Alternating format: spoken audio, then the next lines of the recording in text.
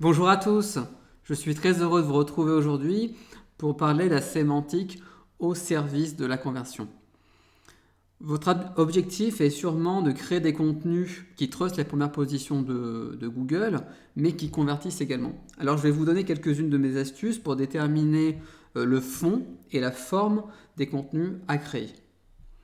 Comme vous le savez, il existe différentes façons de classifier les mots-clés et les requêtes. Les quatre grands types de recherche sont la recherche navigationnelle. Donc la recherche navigationnelle permet de naviguer directement vers un site spécifique. Je tape dans Google laredoute.com par exemple, je navigue vers le site de la Redoute. Aujourd'hui, on va vraiment s'intéresser aux trois autres types qui sont la recherche informationnelle, la recherche commerciale et la recherche transactionnelle.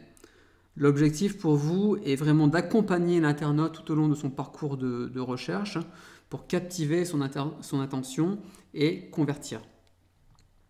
Donc on va prendre un exemple sur le site SEO Quantum. Je vais prendre comme exemple meilleur endroit pour voyager avec bébé. Donc ici, avec cette requête, l'outil SEO Quantum vous propose de créer un contenu de type informationnel. Donc par exemple, on pourrait imaginer de créer un contenu de type infographie ou un contenu de type comment faire pour. Donc ça va être la forme du contenu. Ensuite, dans le fond du contenu, dans son corps, on va devoir répondre à l'intention de l'internaute, à son besoin. Donc ici, ça va être l'internaute recherche un blog, une expérience, donc c'est un retour d'expérience, et des idées d'endroits pour voyager avec bébé.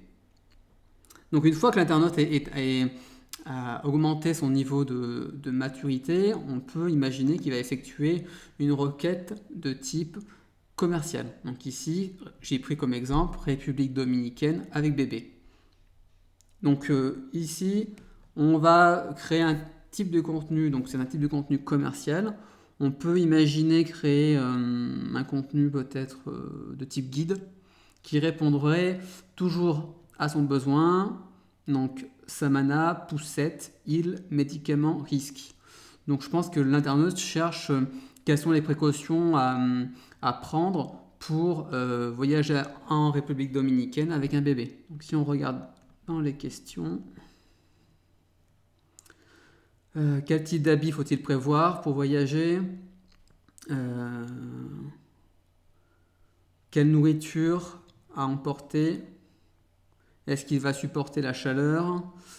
Quelles sont les précautions en termes de santé quand on part en voyage en République dominicaine en famille? Donc ici, voilà, l'internaute a vraiment besoin d'un contenu, d'un guide sur les risques de voyager avec bébé en République dominicaine. Et pour terminer, donc le dernier niveau de type de recherche, donc qui est en contenu transactionnel, on pourrait imaginer donc une page d'atterrissage, une landing page, qui réponde à la problématique, donc ici, tarifs supplémentaires, siège auto poussette. Donc l'internaute se pose sûrement des questions avant de passer à l'acte d'achat sur quels sont les tarifs supplémentaires que vont être appliqués si on prend un siège auto, une poussette à transporter par avion.